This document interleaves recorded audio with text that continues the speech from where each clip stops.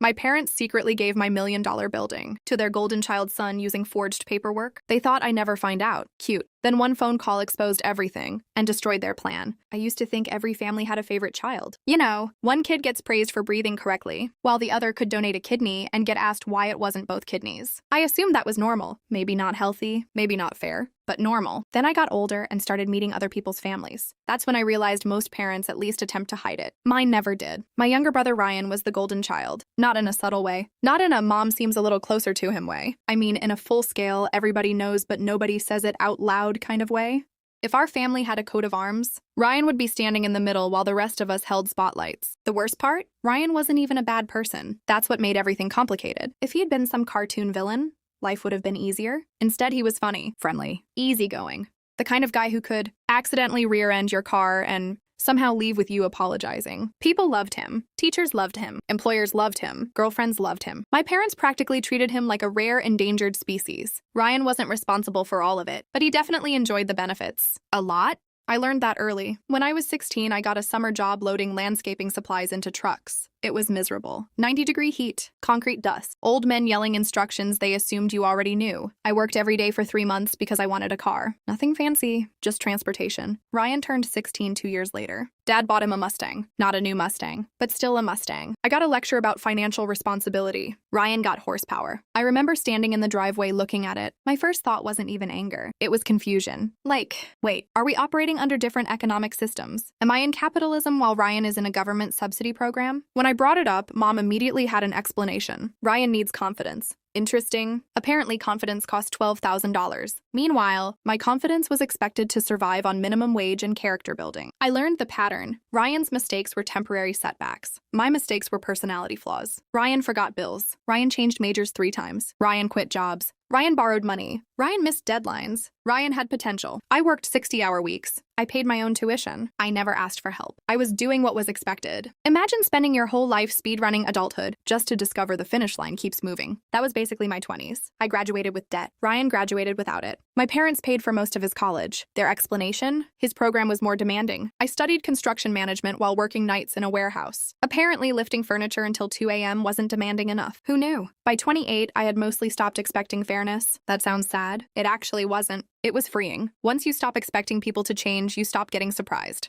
Or at least that's what I told myself. The truth? Part of me still wanted approval, which is embarrassing to admit, because approval from my parents was basically a scratch-off lottery ticket. You kept buying them even though you knew you'd lose. Meanwhile, Ryan kept winning without purchasing one. I built my career slowly. No shortcuts. No investors. No family loans. Nobody handed me anything except advice. And advice is free because it costs the giver absolutely nothing. I started in commercial property maintenance, then project management, then contracting, then renovation oversight. I learned everything. Electrical systems, vendor negotiations, permit processes, budget forecasting, insurance compliance. The glamorous stuff nobody brags about online. Eventually, I started my own company. Small at first, just me and 2 employees, then 4, then 8, then 12, then 18. Nothing happened overnight. Every year felt like dragging a refrigerator uphill. But eventually you look back and realize you've climbed a mountain. My biggest accomplishment came when I was 33. An old commercial building hit the market. The place was terrible. And when I say terrible, I mean raccoons probably held management meetings inside, water damage, vacant units, structural issues, ancient HVAC systems. The inspection report was basically a horror novel. Most buyers walked away. I didn't, because I could see what it could become. Or maybe I was insane. The difference is often visible only in hindsight. I bought it for $740,000. The bank financed part. I emptied savings accounts, took risks, signed enough paperwork to kill an entire forest. Then I got to work. For 18 months, my life became that building. Wake up!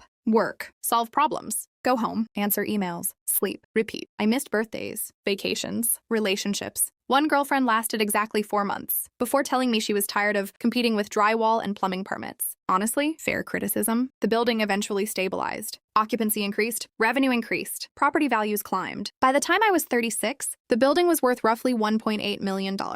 Maybe more. It wasn't just an asset. It was proof. Proof that years of sacrifice had actually meant something. And that's exactly when my family became interested. Funny how that works. Nobody wanted updates when I was fighting contractors. Nobody wanted ownership when I was replacing roofs. Nobody offered help when I was signing personal guarantees that could have financially destroyed me. But once money appeared, suddenly everyone became emotionally invested, like relatives who never call until somebody wins the lottery. It started subtly. Questions. Lots of questions. Dad asked about valuations. Mom asked about succession planning. Ryan asked about ownership structures. The first time it happened, I didn't think much about it. The 10th time? Different story. We were having Thanksgiving dinner when Dad brought it up again, right in the middle of mashed potatoes. As one does. So what's that building worth now? I shrugged. Depends on market conditions. Ballpark. I gave him a number. The table went quiet. A little too quiet. The kind of quiet where your brain immediately goes, uh-oh. Then Ryan whistled. That's serious money. I nodded. Mom smiled. Not a normal smile. A calculating smile, the kind people make when discussing opportunities or hostage negotiations. Families should benefit from success like that. There it was. That weird sentence. Again. Family. Benefit. Together. Those words kept showing up, like somebody rehearsing a speech. I tried to laugh it off. What does that mean? Dad answered immediately. It means everything we've done as a family helped make that possible. I almost choked on my drink. Everything we've done? Excuse me?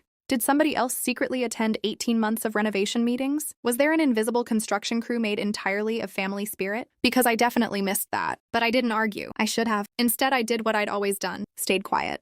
Changed the subject. Went home. Over the following months, things got stranger. Mom started calling the property our building. Not every time. Just enough. Little slips. Our investment. Our future. Our asset. Every single time, my brain reacted the same way. Our?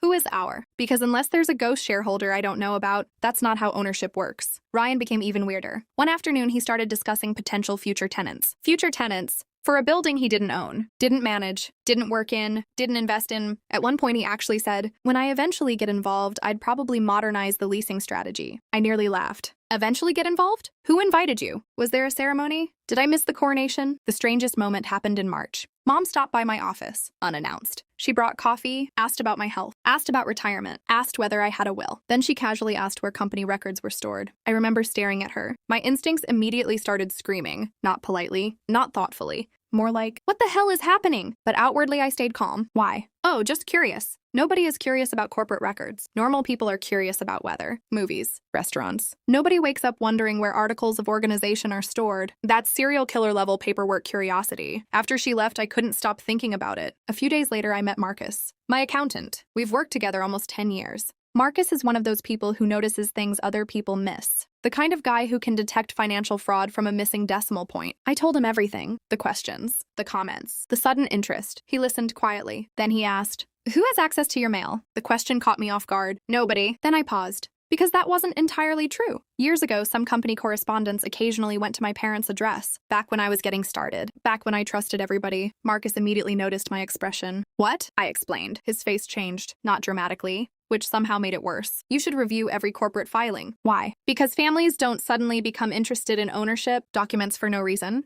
I laughed nervously, then ignored his advice. Because apparently I enjoy making terrible decisions. Another month passed. Then the phone call came. Tuesday afternoon, 2:17 p.m.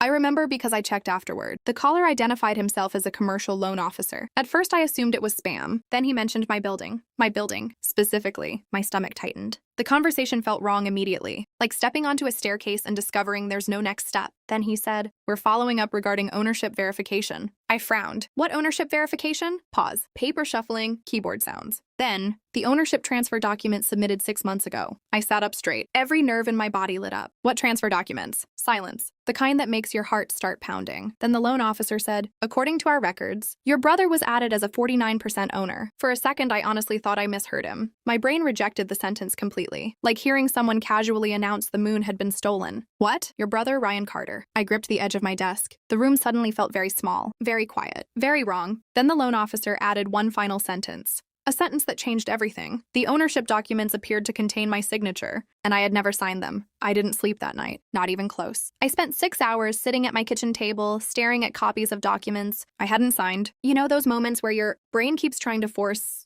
reality back into a shape that makes sense? That was me. Maybe it was a clerical error. Maybe someone mixed up files. Maybe there was another Ryan Carter. Maybe aliens. Honestly, aliens would have been easier. At least aliens aren't family. By midnight, I had obtained digital copies from the lender. The signature looked like mine. At first glance, anyway. The problem was I knew every version of my own signature. People don't realize that. You sign thousands of documents over a lifetime. You develop instincts. Tiny details become automatic. Pressure points, letter spacing, pen lifts. The signature on those forms looked like somebody had studied mine, then copied it, competently, but not perfectly. The T in Carter was wrong, a fraction too deliberate. The loop in my last name was larger than normal, the kind of mistake nobody notices unless they're looking. I was looking very carefully, because apparently my life had become an episode of Financial Crimes Family Edition. The next morning I called Marcus. He listened quietly, then said 5 words. Do not contact them yet. Not hello. Not good morning. Not how are you. Just do not contact them yet. I hated that advice immediately. My first instinct was to drive to my parents' house and start flipping furniture. Not literally, probably, mostly. Instead, I met Marcus at his office. He reviewed everything. Then he made another call. That afternoon, I met someone named Rebecca Lang, corporate attorney, 15 years of litigation experience, calm enough to make a bomb technician seem nervous. I explained the situation. She listened without interrupting. No dramatic reactions.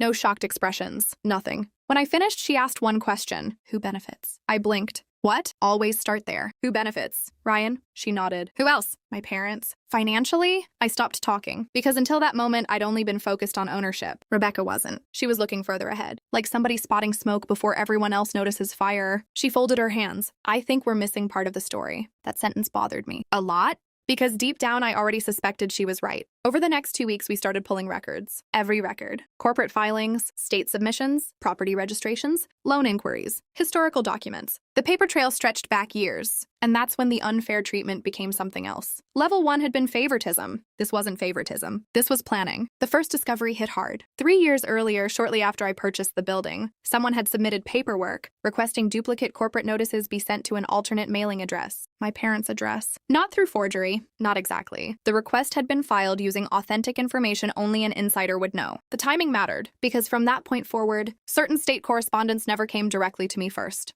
It went through them. Legally? Complicated. Ethically? Absolute garbage. Suddenly, years of strange comments made more sense. They knew things before I did. Information I assumed came from casual conversations. It hadn't. They were reading notices, monitoring filings, watching. My skin crawled. I kept imagining someone quietly opening my mail for years. The betrayal wasn't even financial yet. It was invasive. Like realizing someone had been standing in your house while you slept. Rebecca wasn't surprised. Keep digging. So we did. Level 2 arrived a week later. Manipulation. Documented manipulation. Not assumptions. Not feelings. Evidence. Marcus discovered a series of emails between Ryan and a commercial lender. The emails weren't criminal, not by themselves. What mattered was how Ryan described himself. He repeatedly referred to the property as a family-owned asset. Family-owned. Not my asset. Family asset. The distinction wasn't accidental. He wasn't speaking casually. He was building a narrative. One email described him as actively involved in long-term ownership planning. I almost laughed when I read that. Not because it was funny. Because the alternative was punching a wall. Ownership planning? Ryan couldn't plan a grocery list. Yet somehow he was discussing strategic property ownership with lenders. The more we uncovered, the clearer it became. My family genuinely believed this building belonged to all of us. Not morally, not emotionally. Literally, somewhere along the way they'd rewritten reality. And once people rewrite reality, they start justifying things they'd never otherwise do. Then we hit level 3. Financial betrayal. The discovery came from bank records. A lender had received financial statements that included projected rental revenues from my building. The statements weren't created by me. They were attached to a financing package submitted by Ryan. I remember staring at the numbers, my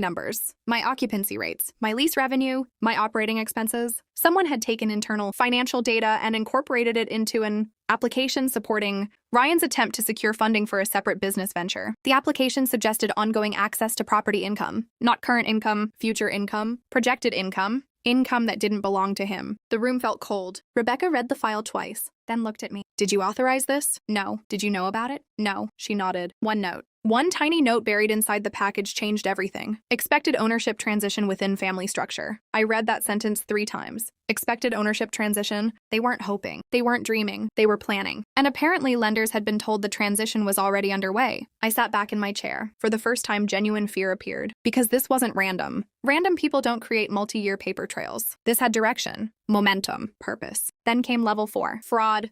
Actual fraud. The kind with signatures, dates, notaries. The kind lawyers suddenly become very interested in. Rebecca called me on a Thursday. Her voice sounded different, more focused. Get to my office. No explanation. Just that. When I arrived, she slid a folder across the table. Inside were copies of notarized ownership-related documents. The same forged signature appeared repeatedly. Different dates, different submissions, different purposes. Some had never completed processing. Others had. The notary stamp immediately stood out. Same person, same office. Used multiple times. Rebecca had already contacted an investigator. By that afternoon, we had confirmation. The notary had never met me, never verified my identity, never witnessed me sign anything. The signatures had been notarized anyway. I felt physically sick, not angry, not yet. Sick. Because this was no longer about family dysfunction. This was criminal territory. The investigator dug deeper. The notary eventually admitted something astonishing. Ryan had appeared with documents claiming I was unavailable due to travel. My father had vouched for the situation. The notary had taken shortcuts. Stupid shortcuts. Illegal shortcuts. But shortcuts. My father. My actual father. The same man who lectured me about integrity for 30 years. The same man who once made me return $20 a cashier accidentally overpaid me. That father. I drove around for 2 hours after learning that. No destination. Just driving. Trying to process it. Every memory suddenly felt contaminated. Every lecture. Every life lesson. Every speech about honesty. I wanted explanations. I wanted excuses. I wanted literally anything that would make it make sense. Instead, things got worse. Much worse. Because level 5 was waiting. And level 5 changed everything. The investigator found it by accident. A reference buried inside an estate planning file. At first, nobody understood its significance. Then Rebecca requested additional records. 3 days later, she called me again. This time, her voice was completely different. Not calm, not controlled. Concerned. That's when I knew. Rebecca doesn't get concerned. Concerned is for normal people. Lawyers like Rebecca become concerned only when something is catastrophically bad. I arrived at her office. She closed the door, locked it, then handed me a document. I looked at the first page, then the second, then the third. My heart stopped, because sitting in front of me was a trust document created nearly 4 years earlier. A trust I had never seen, never signed, never discussed. Yet according to the paperwork, my commercial building was only one piece of a much larger succession plan.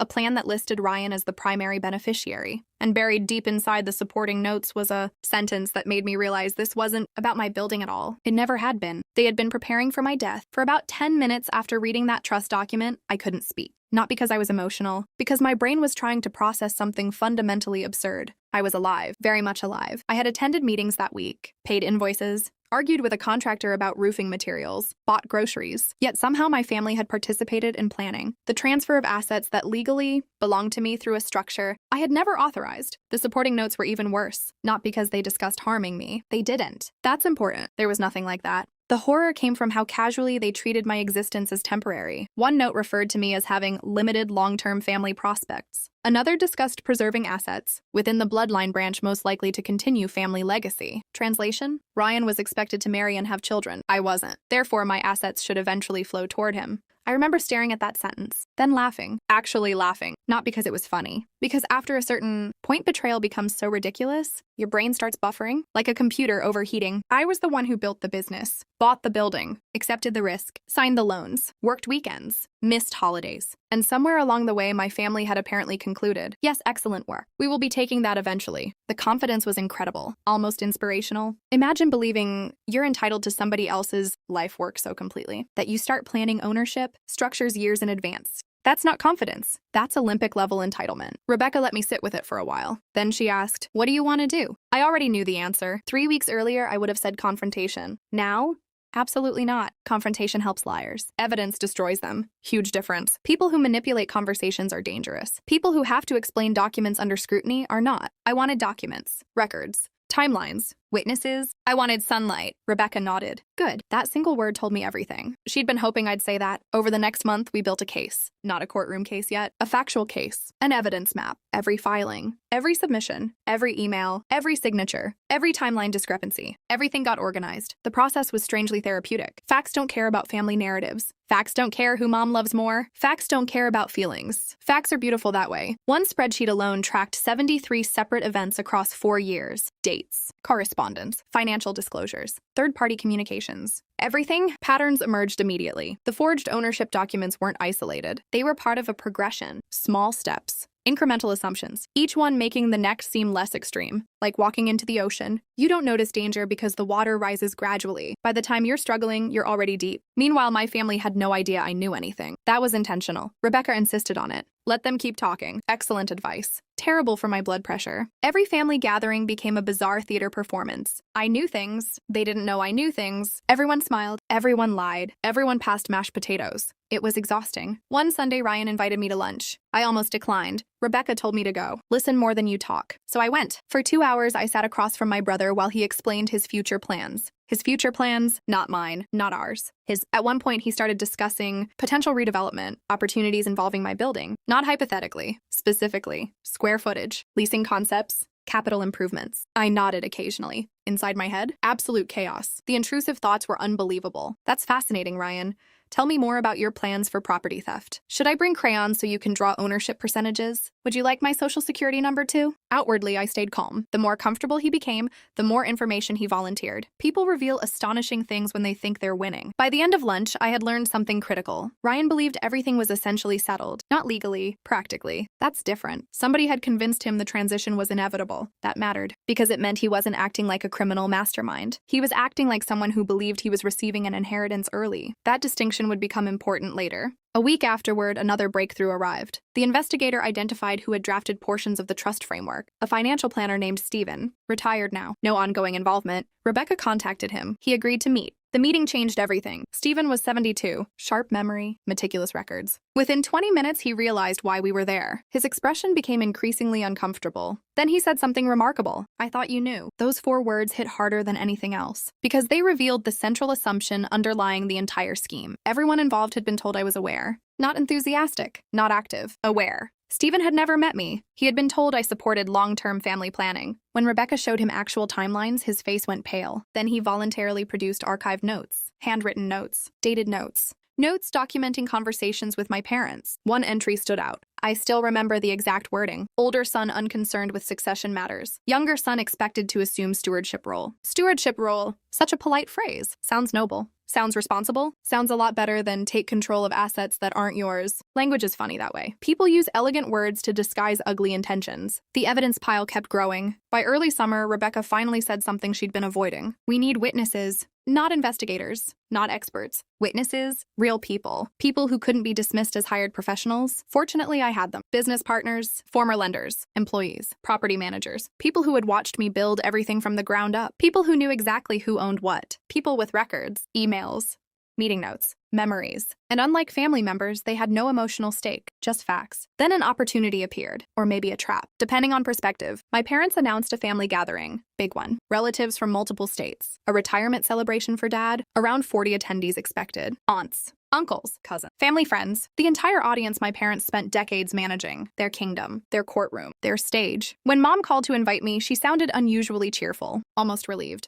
Like somebody approaching the finish line. That bothered me immediately. A week later, I learned why. Ryan called. There's something we'd like to discuss at Dad's party. There it was. The feeling returned. The same feeling I'd ignored months earlier. The sense that conversations were happening somewhere without me. I kept my voice neutral. What kind of discussion? Oh, future planning stuff. Future planning. Of course. Those words again. Always future planning. Never present ownership. Never legal reality. Always future planning. The call lasted 5 minutes. When it ended, I immediately called Rebecca. She listened, then smiled. I could hear it through the phone. Perfect. I frowned. Perfect? They're making the first move. And suddenly I understood. Whatever they planned to announce, they believed they had consensus. They believed they had support. They believed they had control of the narrative, which meant they'd walk into that room completely unprepared for resistance. Overconfidence is dangerous, but only if both sides are blind. We weren't. The following 2 weeks were preparation, not emotional preparation. Strategic preparation, evidence packets, certified copies, witness confirmations, timeline exhibits, identity verification records, notary statements, archived correspondence, everything. Rebecca built the presentation like a military operation. Every question anticipated, every excuse mapped. Every contradiction documented. Watching her work was honestly impressive. Terrifying, but impressive. One evening, 3 days before the gathering, she laid everything out across a conference table. The entire story, years of actions compressed into organized evidence. For the first time, I could see the full picture. Not isolated incidents. A system, a progression, a plan. I stood there quietly. Rebecca looked at me. Nervous? I laughed. Nauseous. Good. What? If you're nervous, you're taking it seriously. Comforting. In the same way a dentist saying this will hurt is comforting. The morning of the retirement party arrived. I barely slept. Not from fear, from anticipation. Years of silence had conditioned me to expect defeat. Evidence had conditioned me to expect something else. The conflict between those instincts was exhausting. The venue was a private event room attached to a country club. About 40 people attended, maybe more. Everyone seemed happy, relaxed,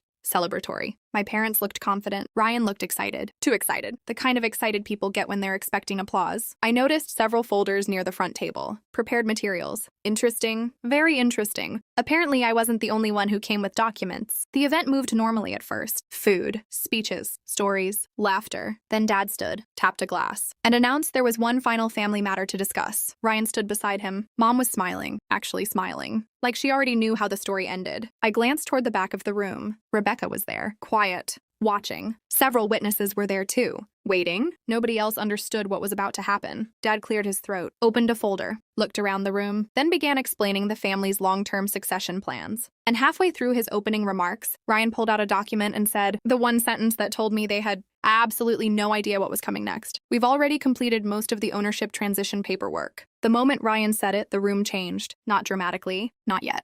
Most people didn't understand the significance. They heard paperwork, family planning, retirement, boring adult topics. The kind of thing people politely tolerate while wondering when dessert arrives. But I saw Rebecca stand, and suddenly I knew exactly what was about to happen. Dad continued speaking. He talked about legacy, family continuity, long-term stewardship. The language was polished, practiced. The kind of speech someone rehearses in front of a mirror. Then Ryan opened his folder. I watched him glance around the room, confident, relaxed. Expecting approval, expecting admiration, expecting validation. That was the thing that struck me most. He wasn't nervous, because he genuinely believed he was the good guy. Somewhere along the way, he'd convinced himself he was helping preserve the family future.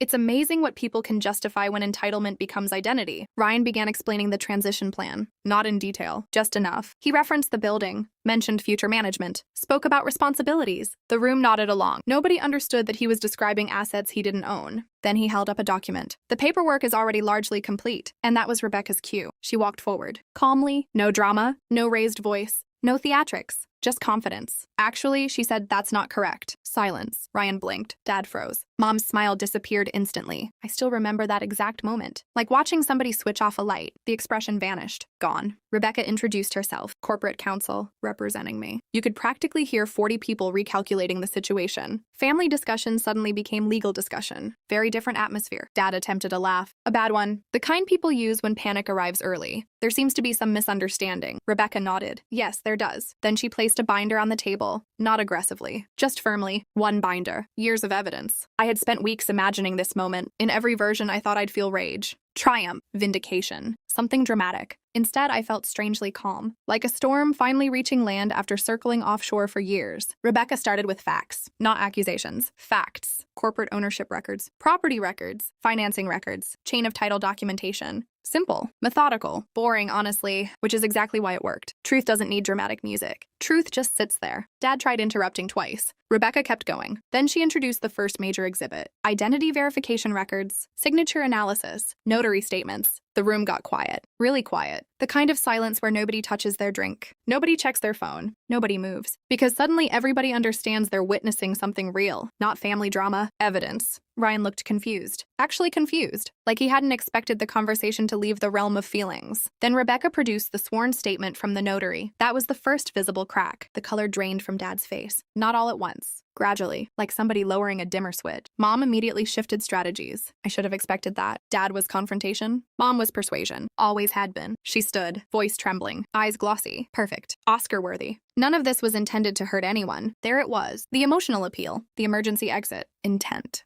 Whenever facts become dangerous, some people sprint toward intent. But I didn't care about intent anymore. If someone takes your car, it doesn't become acceptable because they planned to return it eventually. Rebecca simply responded, intent doesn't alter documentation. Beautiful sentence. Short, clean, fatal. The second exhibit landed harder. Financial records, application packages, third-party communications. Ryan's face changed immediately. Not guilt. Recognition. He knew those documents. He knew exactly what they were. For the first time, he looked toward my parents instead of toward the audience. That detail mattered, because it revealed something important. He wasn't checking whether I believed him. He was checking whether they had explanations. They didn't. Not good ones. The third exhibit destroyed the room. The trust documentation, the succession framework, the archived planning notes, the handwritten records from Stephen. Every assumption, every timeline, every discussion laid out neatly. No speculation required, no interpretation necessary, just records. One cousin actually whispered, "What the hell?" Which honestly summarized the situation perfectly. I couldn't have improved upon it. Dad tried fighting then, really fighting. He accused Rebecca of twisting things, misrepresenting things, taking things out of context. Unfortunately for him, documents have context built into them. Dates are stubborn that way. So are signatures. So are emails. Then came the moment that permanently changed my relationship with Ryan. Not because of what he said, because of what he asked. He turned toward my parents, not me, them, and quietly said, "You told me he agreed." The room froze. Every single person heard it. "You told me he agreed." Not. He agreed. Not. I thought he agreed. You told me. I watched realization hit Ryan in real time. A genuinely awful thing to witness. Because for the first time, he wasn't the golden child. He was another person sitting inside the consequences. Not innocent. but not fully informed either. Dad didn't answer. Mom didn't answer. Neither could, because there wasn't an answer. Only evidence. Ryan sat down and never spoke again for the remainder of the event. The rest happened quickly, not emotionally, practically. Witnesses confirmed ownership history. Former lenders confirmed communications. Business associates confirmed operational control. Facts piled onto facts. The narrative collapsed completely. By the time the gathering ended, nobody was debating what happened. The only remaining question was what would happen next. The answer arrived over the following months. Civil litigation started first. Several filings were challenged. Ownership-related submissions were invalidated. Corrected records were entered. Fraudulent documents were withdrawn. Regulators became interested, very interested. The notary lost certification. Investigations expanded. Additional penalties followed. I'm intentionally being vague here because some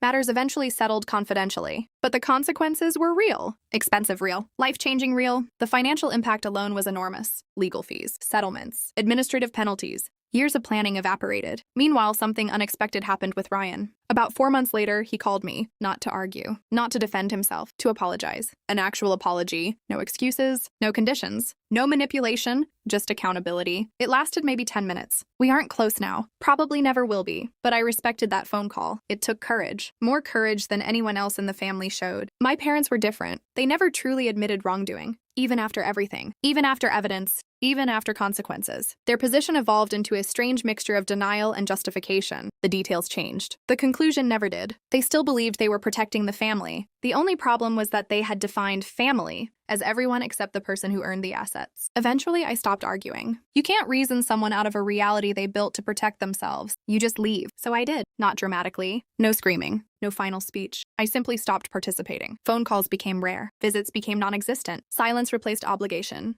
And honestly, silence was peaceful. 9 months after the retirement party, I stood inside my building. The actual legally documented one. Workers were finishing renovations on a newly acquired adjacent property. A much bigger project.